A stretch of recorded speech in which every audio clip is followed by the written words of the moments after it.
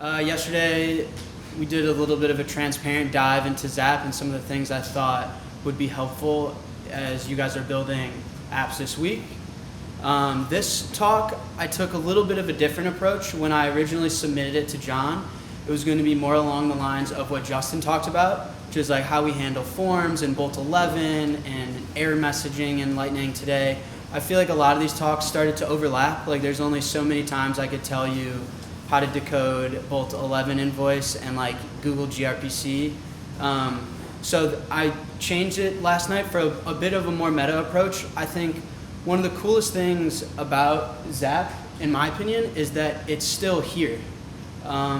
This is a project that didn't raise any capital. I never spent anything on marketing or never bought a Google ad.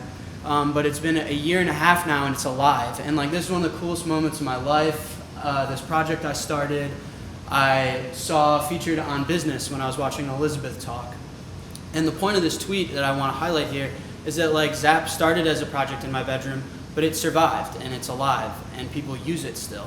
And that is really powerful. And as I look and talk to you all, I see a lot of passion projects all the way to a lot of people that are looking to start a business. And I think that there are some things that I've learned along the way of keeping this project alive that I hope will be valuable and may extend past the context of just this residency. I hope that you can take this as you go try and operate your business or whatever the case is. So yeah, we'll see. So the first thing is I only build products that I'm a user of. I think that this is extremely relevant in Lightning today. A lot of the problems I see with potential projects is they're gigantic and largely ambitious. I'm really skeptical of those. I think that people can't even use Lightning yet easily.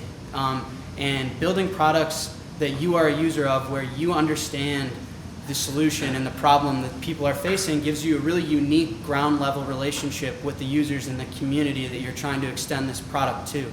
So I would heavily advise to build products. So for example, when is Zap gonna have an Android?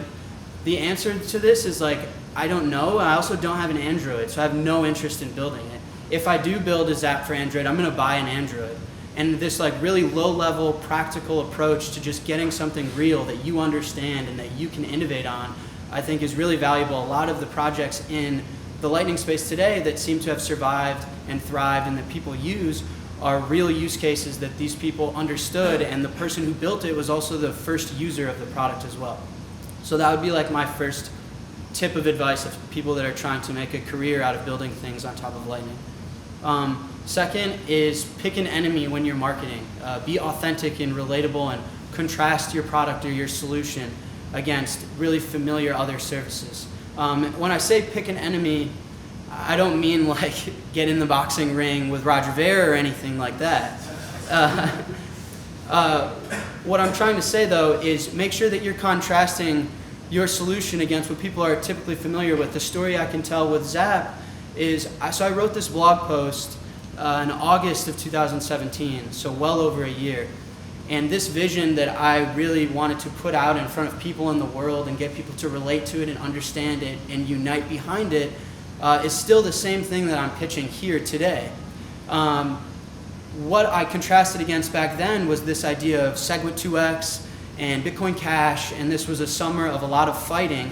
And the vision that I was pitching was a non-funded wallet, a wallet that was for the community, by the community. It was transparent, it was going to have morals, and I was very aggressive with that, almost too aggressive sometimes. But the point was to contrast your views, contrast your marketing, your product. You don't really need to buy ads, but to make sure that you have a personality. These screencasts that I put on Twitter and such that got a lot of retweets and whatever the case was to spread the message was more so trying to humanize the protocol and make it relatable to people that didn't really understand it and bridge this gap of communication.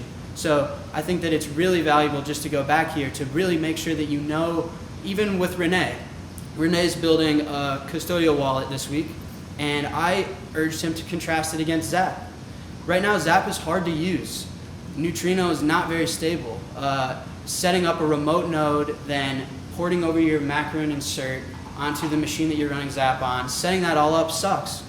If I'm Renee, I'm Where is the dad who has 4 kids, the wife at home, who takes the train an hour there, an hour back, who doesn't have time for any of that shit, right? And like Zap is for passion people. Zap is for people that can sit on Slack all day and like ask questions and file issues. But if you want to try Lightning and you're a Bitcoiner and you have a life, like you can use my service. And that type of aggressive contrast is like really important, I think, for these projects.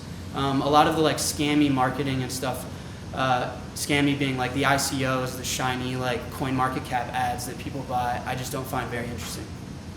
All right, then this one's probably my favorite.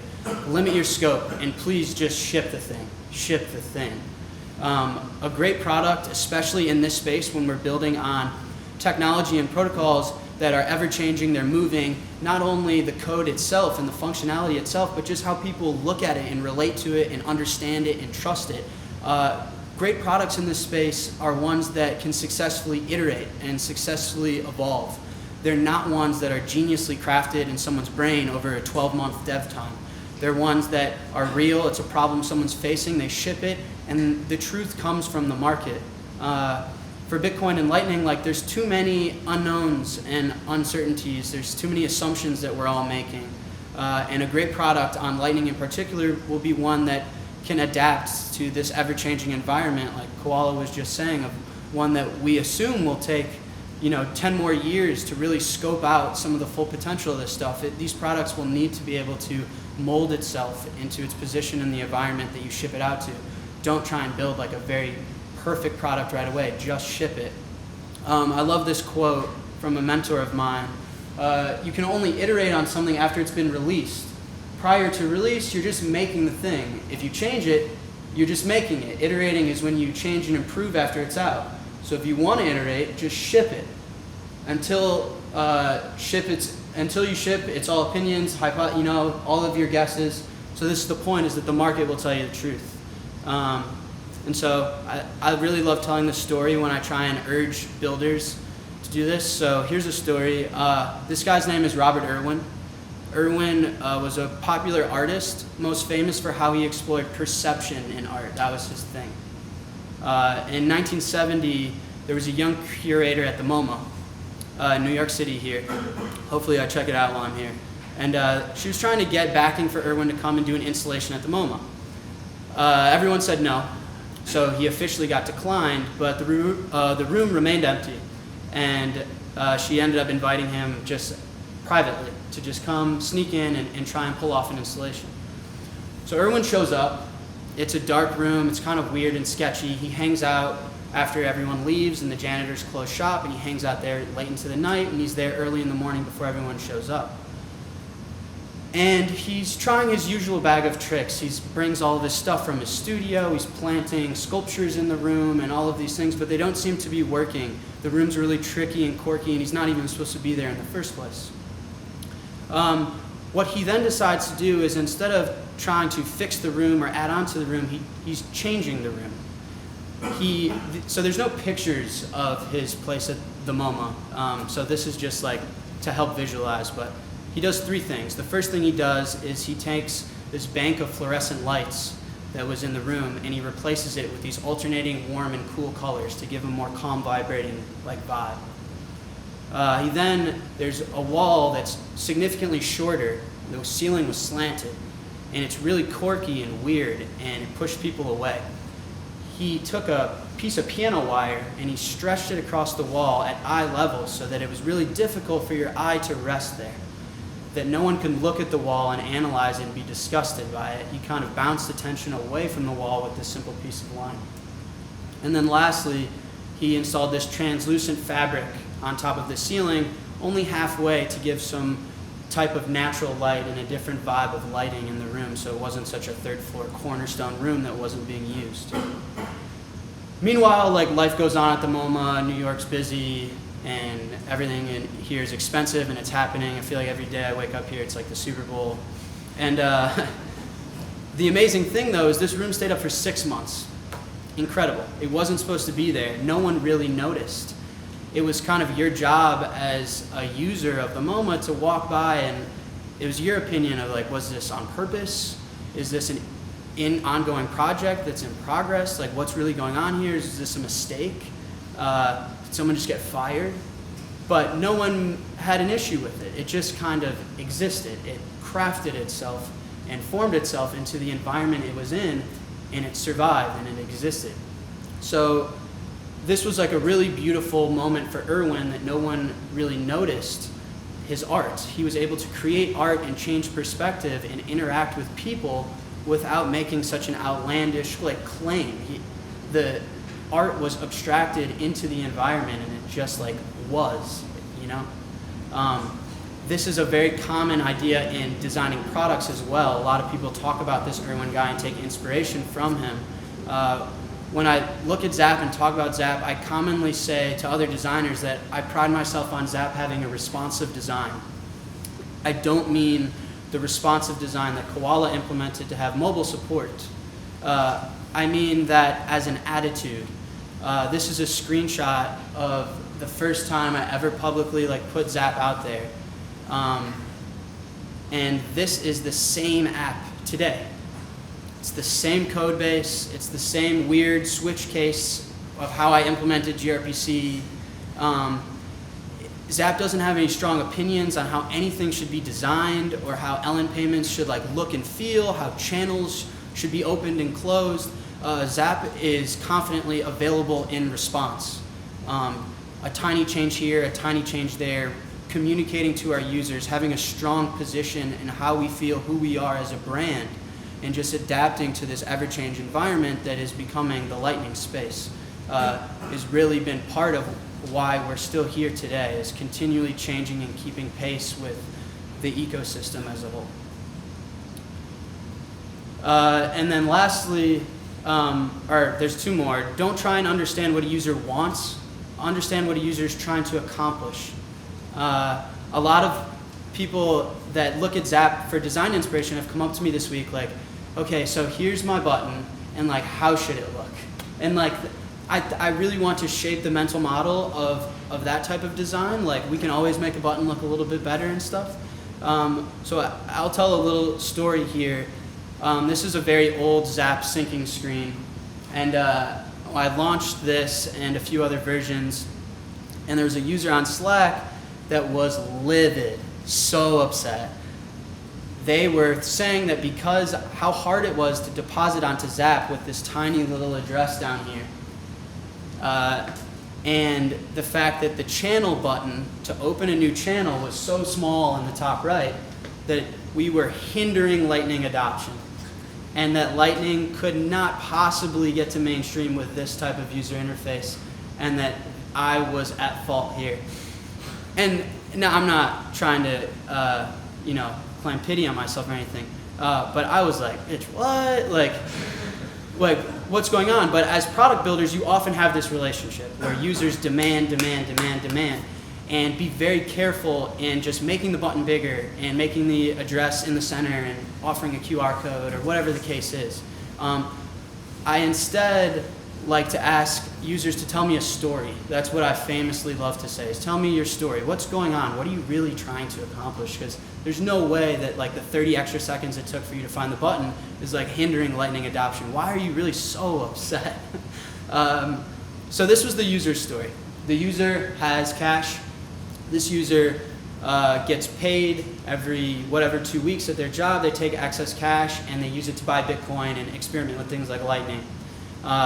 And they were complaining to me that their paycheck, which then they went and bought Bitcoin with, which then they had to withdraw out to a wallet, send and deposit on chain, and then take those chain funds and open a channel, was a disaster. The way they communicated that to me was how I was aligning the address and the size of my button.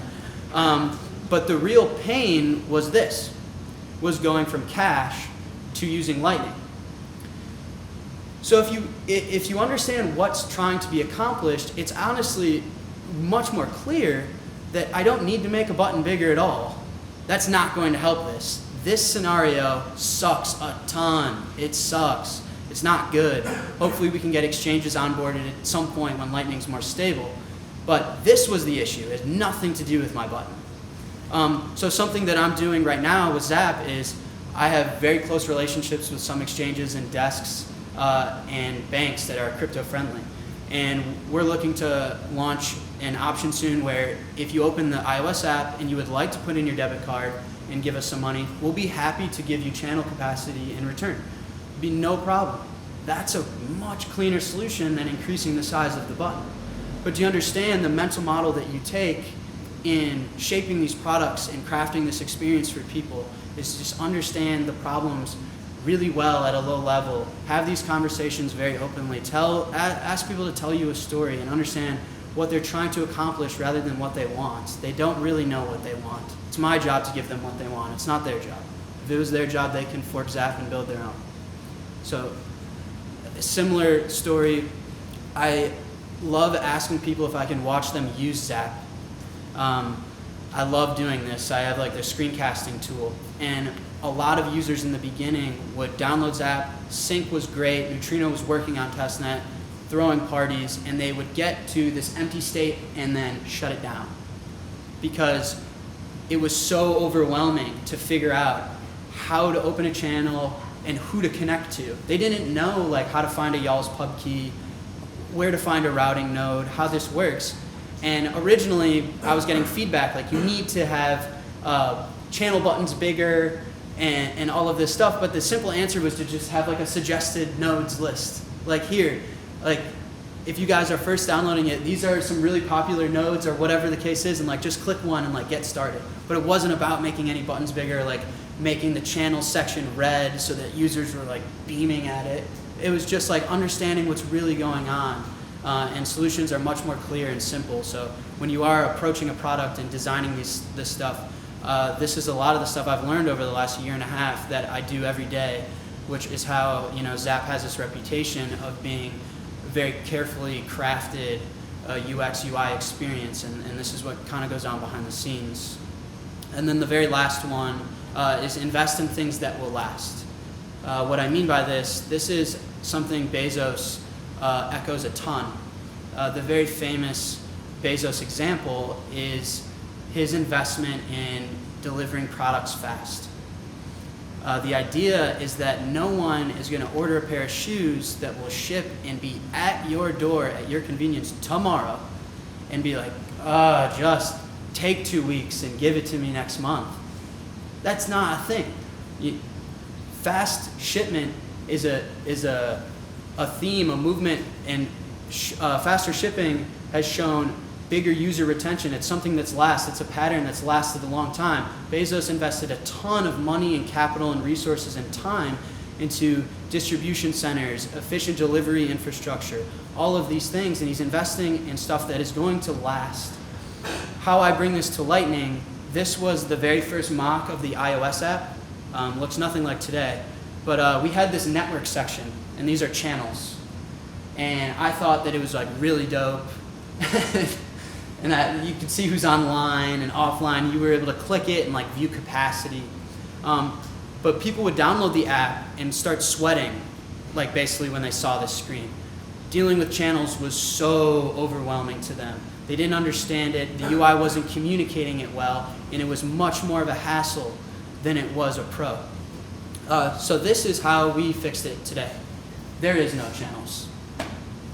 In order to get to the channels, you have to go to the settings, which is like an advanced user configuration thing. And if you really are a power user, if you're Justin, and you really want to manage your channels to Bitrefill, you can click the channel management if you want, but we're not putting it in your face. And you have to understand, like, I could sit down and design all day like a beautiful like channels and be really artistic about it, and we can make it look as pretty as we want and stuff. But if you look at the roadmap of Lightning, the stuff Christian's talked about this week, channels won't be relevant to the end user. That's our game plan. That's the end goal. Autopilot, splicing, AMP, these things will make it less relevant. So make sure Zap is not going to attach its brand, attach the user relationship that we have, and invest resources and time and conversations and storytelling with users to make prettier channel views. We're not investing in things that won't be around. So make sure that you're investing in things in your product that will last. Make sure that you're tracking the protocol. Make sure that you're watching PRs. Make sure that you're very active on these Slack channels, and then make sure that your products have a vision of things that will last. No one likes a product that's just quickly snip-snappity changing shit because they're looking for a retweet or whatever the case is. So yeah, anyways, a bit of like a different talk, kind of weird, but I hope it was helpful. If you do want like advice on Zap's UI, literal UI, like how we handle forms and some of the error message stuff we do and whatever the case is, I'm always on Slack. That's my Twitter. I'm down to help. However, if you do like this kind of meta product approach and stuff I've learned over the last year and a half, definitely hit me up about that too. But hopefully this was like some introduction of like how to approach building a product and like what I've learned.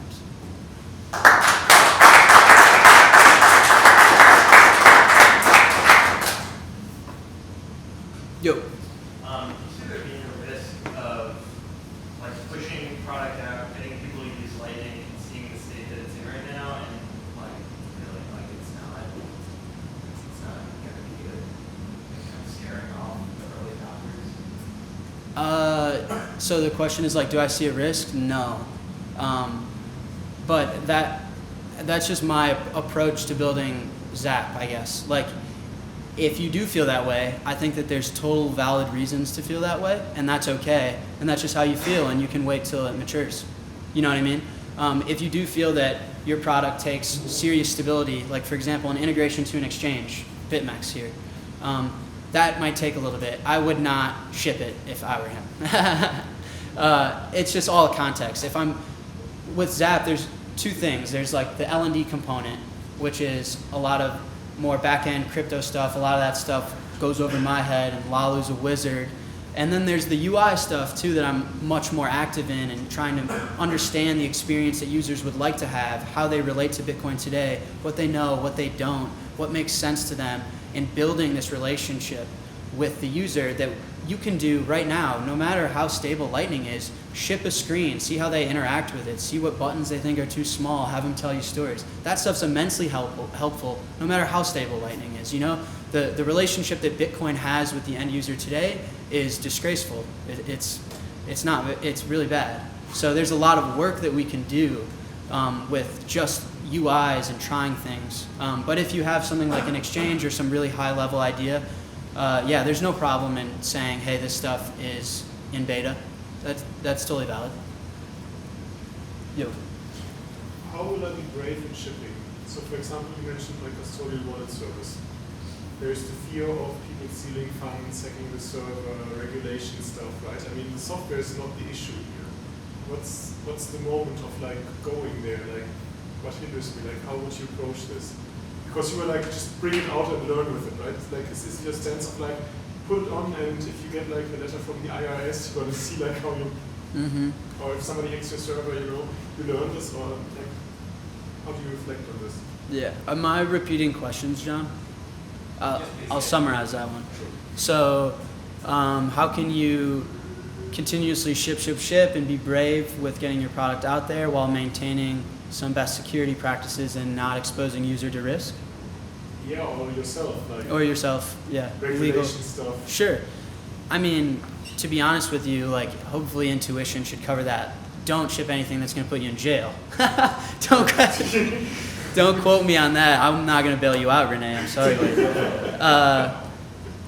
And yeah, it's similar to that answer.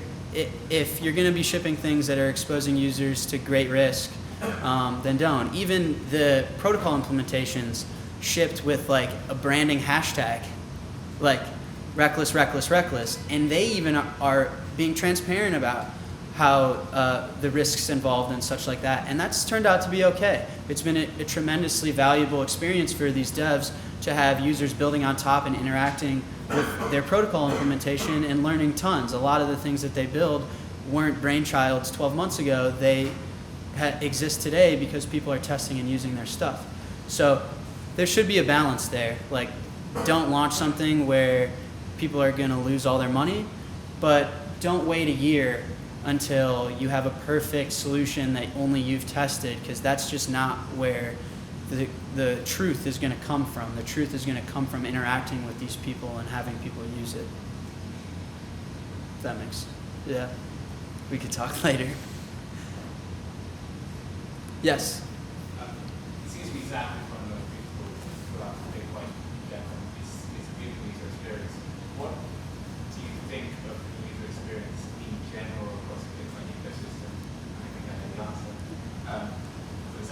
how can we improve that? What's the next steps to make the Bitcoin? Okay, yeah. So the question was, what is your stance on the general UI, UX, and user relationship today? And then how can we improve that going forward? So yeah, today I think it's very poor. But I don't, sometimes when I say that I come off as like, yeah, these designers suck. And that's not what I'm saying at all. There's plenty of talented people in the space. Bitcoin itself is really hard to comprehend why it's important. It's important to you, probably different than why it's important to me. It's a really new idea, and just how people relate to the technology and what they want out of it is still largely unknown. From Zap's angle and how we improve it going forward is I think it's really important to highlight what Lightning brings to the table. So yes, increases transaction throughput. Yes, there's some privacy bonuses there. But from a UX perspective, it allows us a brand new relationship with the user. We can kind of start over. A lot of the complexities that have been tough to hurdle over in the past are abstracted to the back. We don't have to deal with the chain all the time. We can get a more fast UI. So I say going forward, I think like building on Lightning, things like Zap started to be more of a motivational, like lead by example type of thing. Like, here guys, pay attention, this is important, let's all do this. So yeah, I would hope going forward that serious design UX effort in like building a relationship with the end user on top of Lightning is where all of the user experience focus goes. I don't really think like a lot of the other stuff is very important, I guess. I would hope that that's now a priority. Yeah, so I always like to talk about this and think about coming around to the internet back in the 90s. People did have to learn things about the internet. So for instance, what an email address is, that was, no one knew what that was before the internet came around. What a domain name is, no one knew what that was before that came around. So I was kind of wondering, with cryptocurrency, what do you think are the things everyone is going to have to learn, like the email address, the domain name, and then what can be abstracted away? Where do you draw the line, for you personally, I guess? Sure. I mean, the honest answer is I don't know. I could come up with something to fill space. Oh, question repeat. The question was, traditionally in advancements of technology, or in general any form of product that advances anything, like the car. There's a lot of learned habits with the car. There's a really famous designer magazine of how to use a magazine, because it had to be learned at some point. Seriously, the swipes I do on my iPhone are not intuitive. I learned that. I learned how to talk to Siri. This is just natural. So the question was, with Lightning, what are some of these learned components that people will have to adapt to, and then what is some of the stuff that we can put in our back pocket and hopefully hide? The honest answer is I don't know. This idea of being available in response, I'm just kind of responding to the ecosystem at whole. There's a very famous quote, the only intuitive interface is the nipple. Everything else is learned. And I think that that's true. I think that what your point is very valid. There will be a lot of learned conventions with Lightning. There'll be a ton of stuff. Even right now today, the whole opening and closing channels was really far-fetched to people. They didn't really grasp it and understand it, and have learned and know that when you want to take money off Lightning, you might gotta wait an hour. And that's a fact to users that use Zap today, at least, and we factor that type of stuff into our design, and we don't have to cover that. But anyways, answers I'm not sure, but your point is extremely valid, and there will be conventions that will be learned. Just time will tell, I guess. Thanks.